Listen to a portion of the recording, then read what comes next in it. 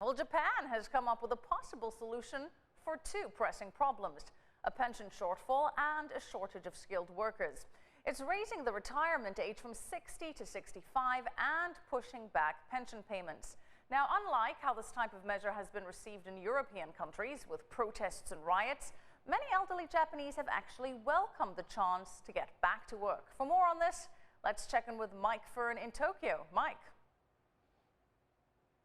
Michelle, who'd have thought it? They rioted in Greece when they did this, and in Japan everybody's happy. The over 60s that I spoke to say they want to work while they're still healthy and save their pensions for when they really need them. And in fact, there are already 5.7 million people over 65 who are still working.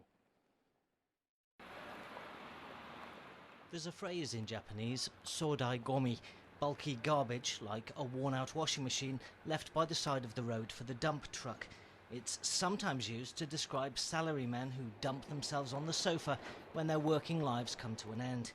Don't try using it in this neighbourhood. Many shopkeepers say they couldn't afford to retire even if they wanted to. I'm self-employed, so I can keep working even though I'm 70, but company workers can't choose when to retire. The pension problem started 40 or 50 years ago. It's too late to fix it now. I'll keep working until I'm 70. Wait, I am 70. I guess I'll work until I'm 80.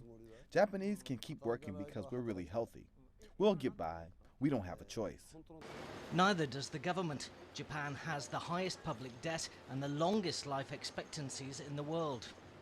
Now the real pension problem is coming. More and more people getting out of the workforce, so the real costs for social security are just starting these years, and this will be a huge challenge, and the government so far has almost no clue how to deal with that, except extending the retirement age.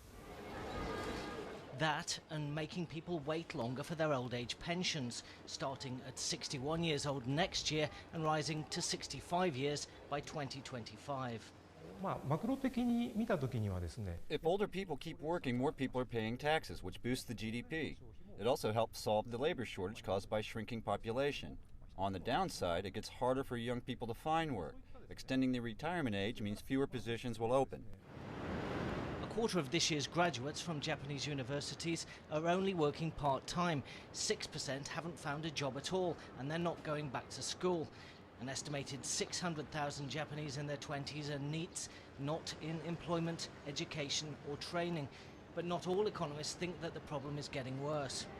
There has been a lost generation of young people before, but now the service sector is really gaining in productivity, in incomes, in dynamics. It's driving the economy, and the young people are already there. So this has been a transitory problem which will probably be gone in a few years.